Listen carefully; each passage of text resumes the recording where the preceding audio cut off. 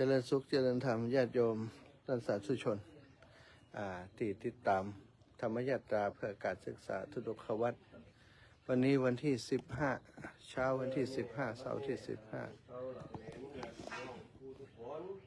โชคดีได้มาพบพิธี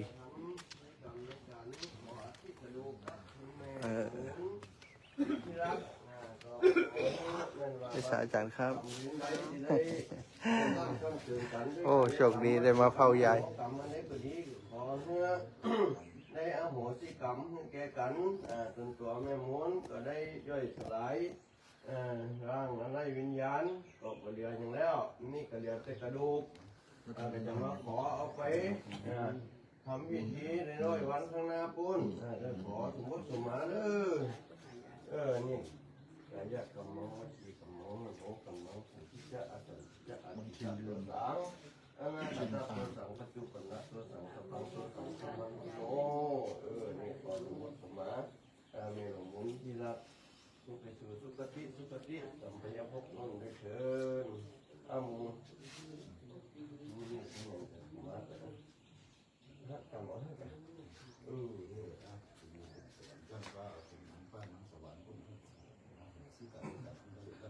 คุณยายมูล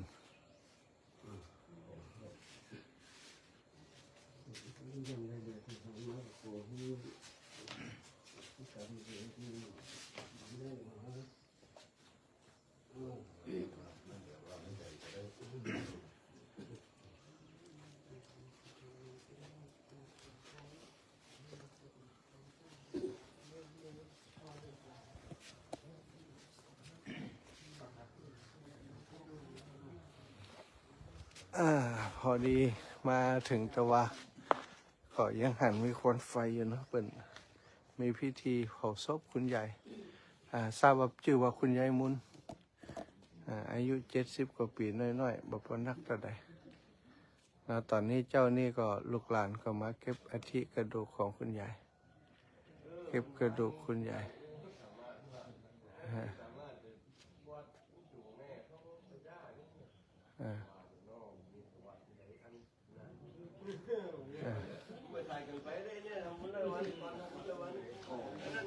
ศรัทธาญาติโยมก็ถือว่าได้บุญเอาบุญมาฝากคุณยายแต่คืนนี้มานอน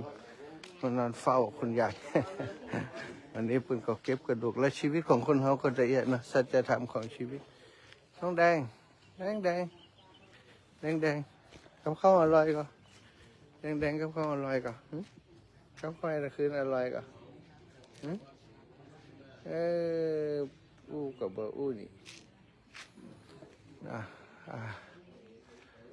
ขอบคุณลูกหลานก็มาเก็บกระดูกชีวิตก็มีแต่อีเนาะศรัทธาทั้งหลายไม่มีอะไรเที่ยงแท้แน่นอนวันนี้เขาวันหนึ่งก็ต้องเป็นเขาชีวิตไม่มีอะไรแน่นอนฉะนั้นสิ่งที่แน่นอนก็คือเขามีชีวิตอยู่ต้องสั่งสมอบรม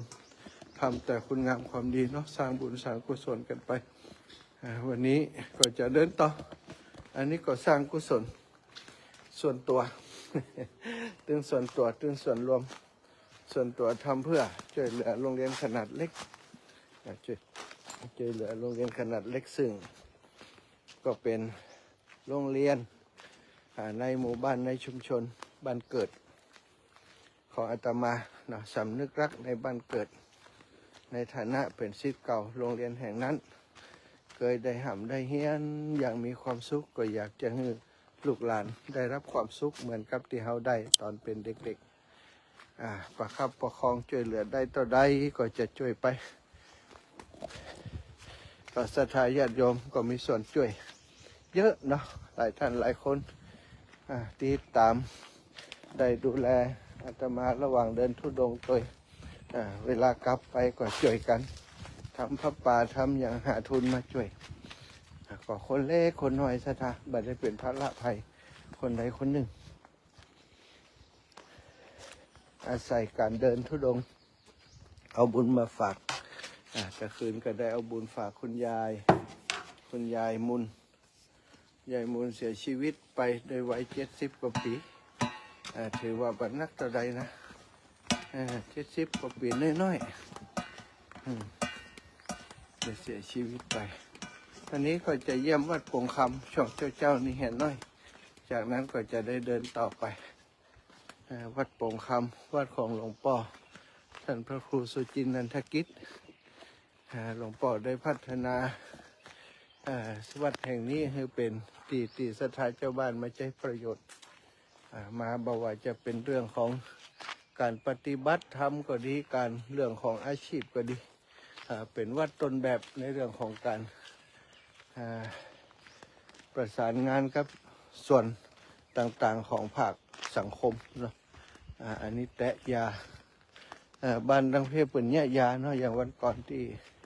แถวในเชียงม่วนกะเราเตตมาเป็นเนี่ยยาขึ้นนี่เปิดมีหลายกลุ่มนะขอเชิญสาธุชนลงบุญการแพทย์ดอกยาสปะมีกลุ่มสมุนไพรชุมชนคุณธรรมบ้านโป่งคำกลุ่มสมุนไพรกลุ่มปลอดภัยเกษตรอินทรีย์กลุ่มเลี้ยงสัตว์กลุ่มแปรรูปผลิตภัณฑ์ทางการเกษตรกลุ่มทอผ้าย้อมสีกลุ่มเมล็ดพันธุ์พื้นเมืองศูนย์เรียนรู้เศรษฐกิจพอเพียงชุมชนโป่งคำอันนี้เกี่ยวกับป่าชุมชนก็ทำนะป่าชุมชนที่วัดหลวงป่อนี่มีป่าด้วยมีป่าชุมชนงิ้วป่าลังพยอมขี้อ้ายมะค้านไฟไฟผีมะกอกเกลื่อนประดูบ้านหลวงป่อมีความรู้ในเรื่องของสมุนไพรได้ลึกซึ้งละเอียดนะสตาเวลาเปิดจัดรายการเปิดจะอู้ถึงสมุนไพรต่างๆด้วย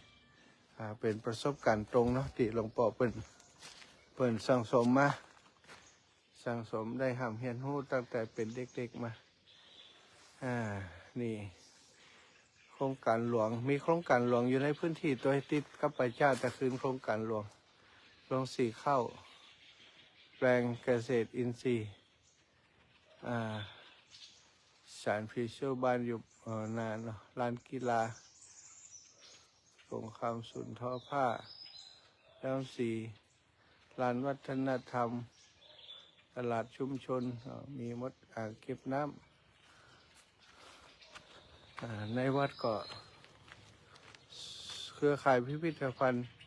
เฉลิมพระเกียรติพระบาทสมเด็จพระเจ้าอยู่หัวภาคเหนือวัดโป่งคำ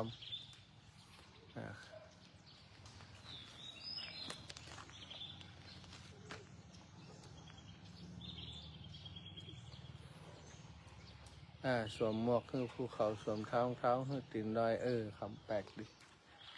สวมหมวกคือภูเขาปลูกต้นไม้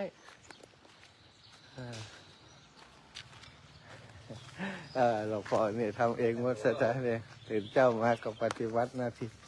นิยมเปิดมาเนี่ยก็อันเก็บกระดูกป่ะครับอาจารย์กาแฟ ครับป่ะ ขอ ครับผมนี่อันนี้แตะยางามเอามาตกแต่งแล้วงามวันนั้นมาจากอำเภอป่งเยอะป่ะ ครับ แถวอันนั้นเขาทำยากันนะเขายาขึ้นอ่ะ ครับ ยาสมอนนี่ก็เป็นว่ายาเดี๋ยวเป็นมีเครื่องซอยงาม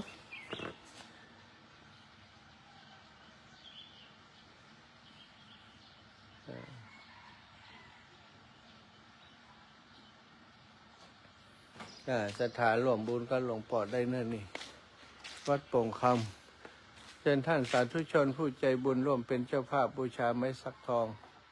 ติดฝ้าเพดานศาลาปฏิบัติธรรมนำเศรษฐกิจพอเพียงตำบลดูพงสันติสุขจังหวัดน่านจำนวน 3,200 แผ่นแผ่นละ100 บาทเนื้อศรัทธาไผ่อยากจะร่วมบุญสนใจทักข้อความมาได้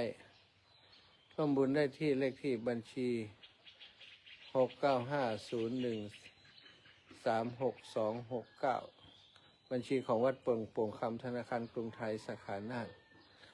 โทรศัพท์0817501484เดี๋ยวศรัทธาดูจากภาพกันได้เนอะพระครูสุจินนันทกิจพระสมคิดจรณธรรมโมเจ้าวาดวัดโป่งคำอำเภอสันติสุข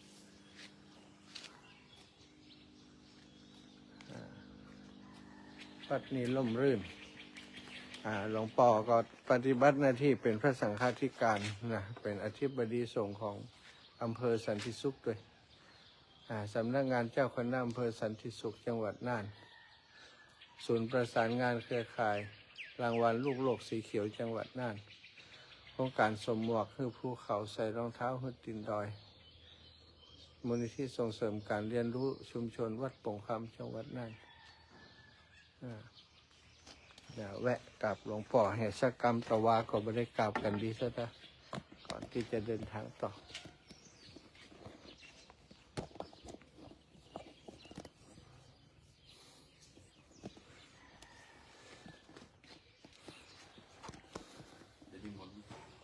ครับปอให้แผ่นจัดงามแล้วก่อนเนาะ ครับ ของนั้นบ้านเฮานี่กะ ครับ นั่น เป็นไม่หน้าสามไม่ได้เปิดเอามาบริจาคแต่ไม่นี่ไปสั่งเขาเนี่ยโรงงานมาแล้วแต่ให้เป็นบ้านที่ปลูกไป ครับ บริจาคคนละแผ่น2 แผ่น5 แผ่น10 แผ่น เริ่มทำแล้วยังเริ่มตีเลยครับ ยังบริจีร้อนนี่ก็ไม่น่าสามครับ อ๋อไม่น่าถาม จะเป็นเนี่ยวันที่18ที่เป็นบริจาคไม่ไปที่นั่น อ๋อต้องซอยเนาะก่อนเนาะ ครับแล้วก็ยืดสลาทุกไปซอย ครับ เก็บ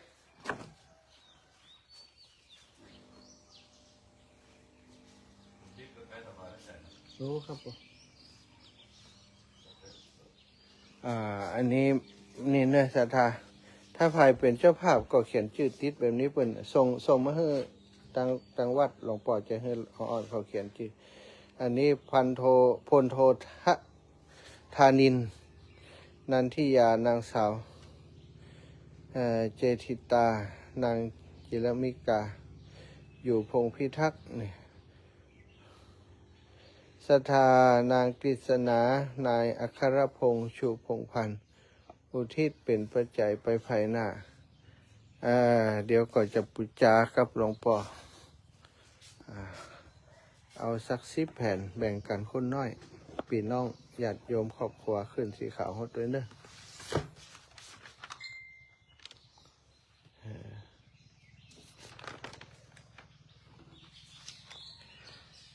เอาละศรัทธานะไปทำบุญแสวงบุญต่อไปเรื่อยๆ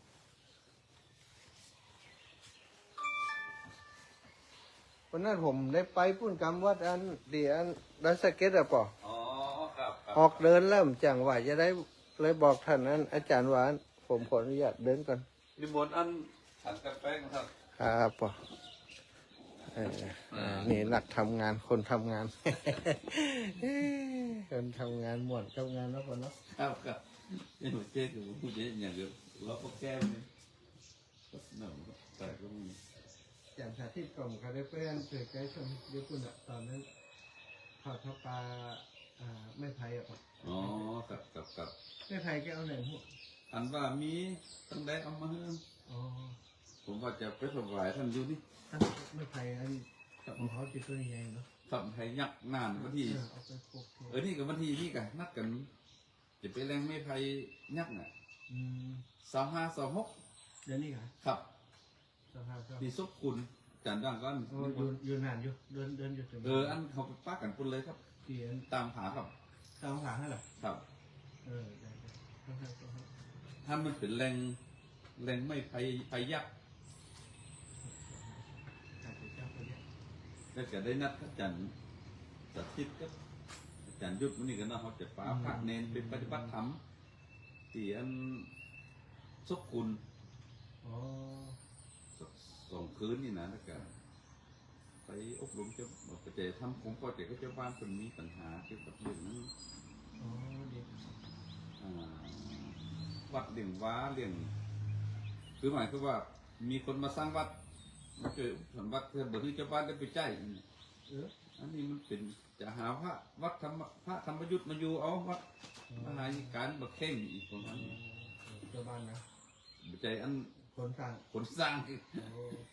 ก็เลยเจ้าบ้านก็เลยงงอยู่เขาเคยสร้าง เนาะว่าถ้าไปผู้ใหญ่นั่นจะทำให้เจ้าบ้านจะไป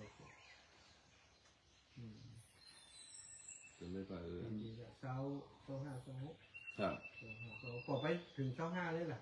ถ้าผมว่า25ผมจะไปแล้วก็ผมจะถึงกับประมาณสักบ่ายๆนี่นะ นี่ผมขอสมุดเก่าขอสักเล่มเดี๋ยวผมบันทึกไว้ อ๋อแต่ ที่จะลืม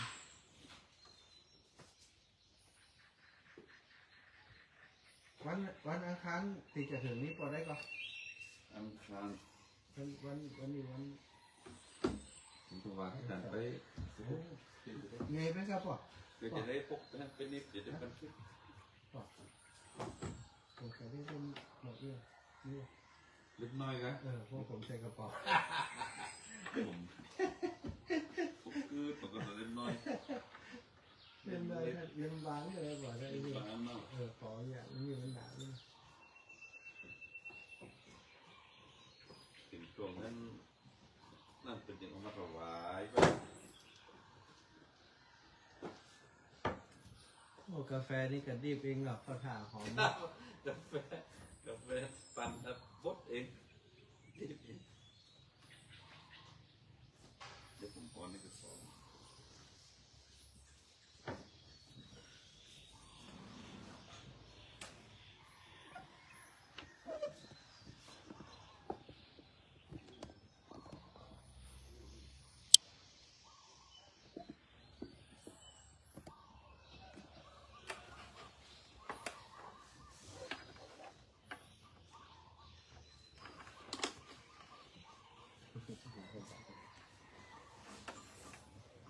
ภาษาครับแต่ครับนี่หน้าบานไก่ก็ เอาไก่เลี้ยงเข้าไปจะไปทางไหนต่อนี่ วันนี้ว่าจะออกไปตั้งงานเข้าไปตั้งในเมืองก่อนครับอาจารย์แต่ว่ามาจากเมืองแล้ววันนี้จะเข้าไปในเมือง ไปเซนี่บ่ไปเซนี่ ไปเส้นนี่ ถ้าไปเซนี่เขาไปด้วยไง มันห้วยไฮ บ้านไฮพอดีบ้านไฮเปิดแบบนี้เจ้าพอดีบ้านไฮ มีเจ้าพอดีแหละ เอาไม่ได้ไปถ้าท่านแบบนี้เจ้านี่ไปจับเลยใกล้เข้าภาษาได้ป่ะ เอาอาจารย์ไปอ่ะอยู่ใกล้นี่ เคยไปอยู่มาแล้วนะ นะ อยู่หลายปีเจ้าของผมออกจะหันออกเดินดูไปคุยกันนะผม ดีกับอาจารย์ แต่ก่อนออกเดินดูเหมือนปี เพราะวันผูกนี่ผมจะต้องเข้าไปลำปางแหมกำมีงานเถียนสันลากลางอาจารย์กันเลยว่าวันนี้จะเดินน้อยๆเนี่ยแล้วก็เข้าไปในเมืองก่อนเพราะวันผูกต้องนั่งรถจากในเมืองไปลำปาง รถนี้เป็นอย่างนี้ ไปทางเพลเนาะ ไปทางนี้ ครับเล่นน้อยๆ ครับ กว่าของนักเล่น อย่างที่สวยป่ะ ครับครับ อ๋อนี่68พอดีนี่ ครับ หมดเวลาคุณพอ เดี๋ยวอาจารย์จะได้บันทึกอันบันทีกันไป ที่2 5 6แล้วป่ะนะครับ ตอนนัดกันตีวัดบ้านชุมชน ซบคุณครับ ซุปเป็นบ้านจือบ้านซุปเป็น ครับบัดซบคุณ บ้านซุปเป็น บัดซบคุณนี่เป็นบ้านเป็นห้องว่า เป็นบ้านก็เหมือนกับ ตำบลเหรอป่ะ ศพคุณตำบลป่าคาอำเภอท่าวังผาครับ โจทย์ดีเนาะได้ไปแอร์ไปจัดไปรู้พอไปแล้วผมเขาไปหมดเลยกัน ครับ แต่ยุด อาจารย์ยุทธอาจารย์คงศิลป์พระครูอาจารย์ประทีปมื่อนี้ครับ ดีละดีละ หมูหัวอัน ก็วันอังคารพอดีนี่มีขืนกว่าจ๊ะ มีครับ โอ้เวลาเสวนาจะเร็วเสวนาออก มันเป็นดอยสูงครับพระอาจารย์ ถ่ายทอดกันคืนด้วย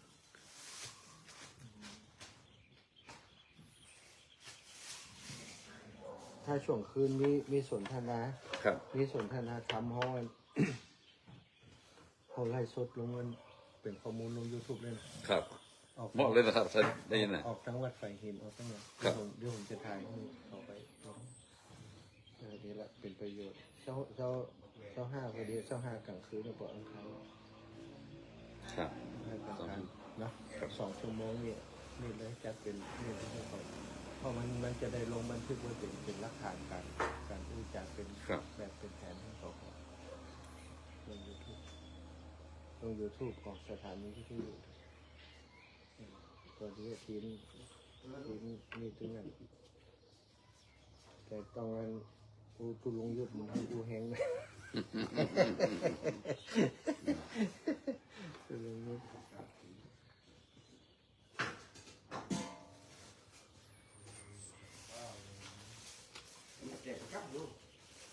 วันอังคารนี่วันนี้วันที่15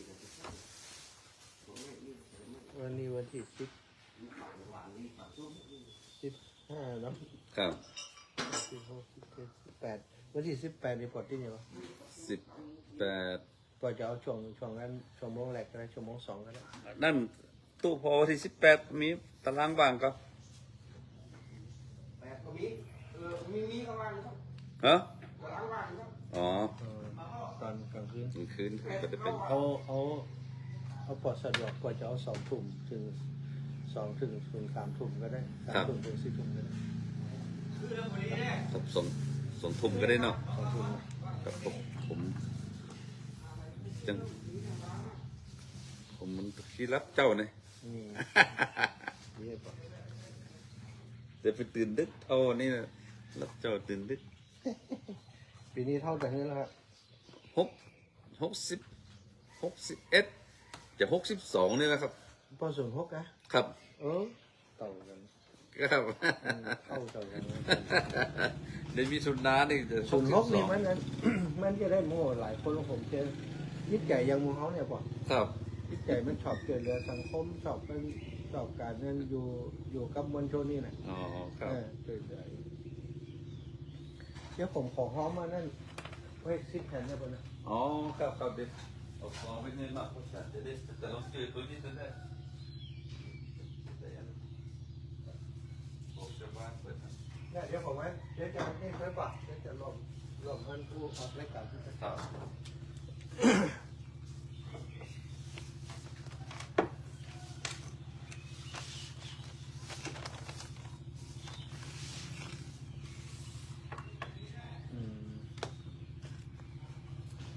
คุณชาวบ้านถ่ายหอมมาได้มีบุญด้วย ก็จะเกิดเป็นจืดใส่อันสักแผ่นเห็นกันก็ได้ จะได้หูได้หันว่าจัง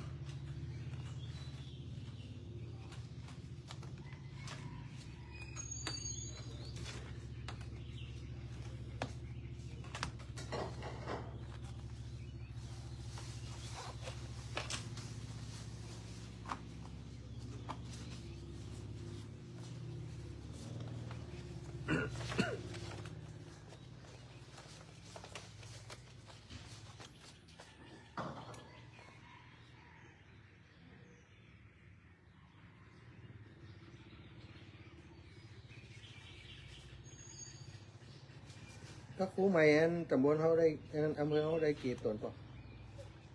แต่อันเพิ่นมีเงื่อนไขว่าให้เสนอขอ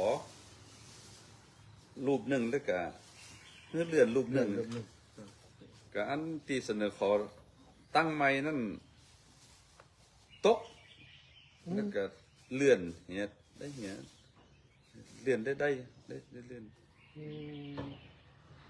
รู้สึกว่านานปีนี้รู้สึกว่าจะได้ประมาณ4-5 รูปเนี่ยนั่นโต๊ะส่งไป13อีกแค่นี้ เจ้าคุณอยู่นั่น ให้ลุงลองตุ๊กเลยนี่ทำแบบ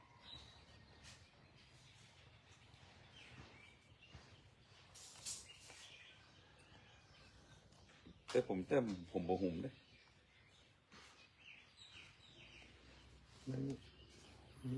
ถ้าอยู่ตามกระแสโลกก็เป็นอย่างนั้นนะพอเลย เนาะกระแสโลกอะกระแสโลกถ้ามันนี่ของ วันนั้นอัน มันบุญเอา เลขาจังหวัดที่13โทรมาถามว่าหลวงพ่อได้เลื่อนเป็น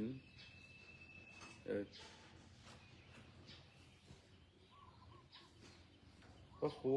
เขาสอนก็2549อยู่ แม่สาวปีนั่น เอาเพิ่มได้เลย หมูกับหมูหลุดน่องหลุดหยังคือมาไม่ได้เป็นนั่งตรงหน้าเขาได้นั่งท้ายหมู มันได้ประโยชน์อย่างนะมันได้พิจารณาบางสิ่งบางอย่างนะแล้วก่อนเนาะ ครับ เขาถ้าเขามันคือยศคือสร้างอย่างเดียวเขามองหันสัจธรรมความแบบเที่ยงแล้วก็เรื่องของโลกอ่ะ ที่อุปโลกกัน ผม นะ ไปหันพระเล็กพระน้อยติด อืมหมอบถวายหลวงพ่อเดี๋ยวจะมาเพิ่มเติมให้เรียบก่อนเด้อผมเพิ่งหันได้แจ้งไปเดี๋ยวถ้าแจ้งเพิ่มเติมจะได้เดี๋ยวผมจะส่งมาเพิ่มเติมให้ก่อนไปบุญเติมกัน สัพพิติโยวิวัตชันตุสัพพะโรโควินาศตุมาเตภวัตันตรโยสุขีติขายุโกภาวะอภิวาทนาสีริสานิจังมุตตาปัจจายนิโนจัตตาโลธรรมาวัฒนติอายุวันโนสุขังพระรัง อันนี้ตัวหนังสือปกอ่ะ ครับขอบคุณมากนะครับนะ เสียงฝนมันคงแข็งตรง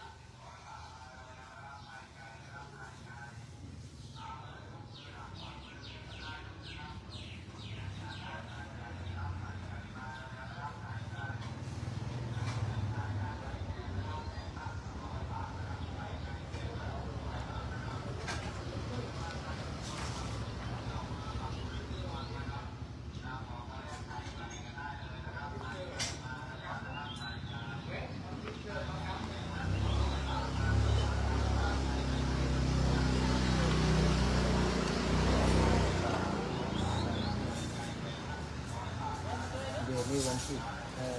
ส่งมา17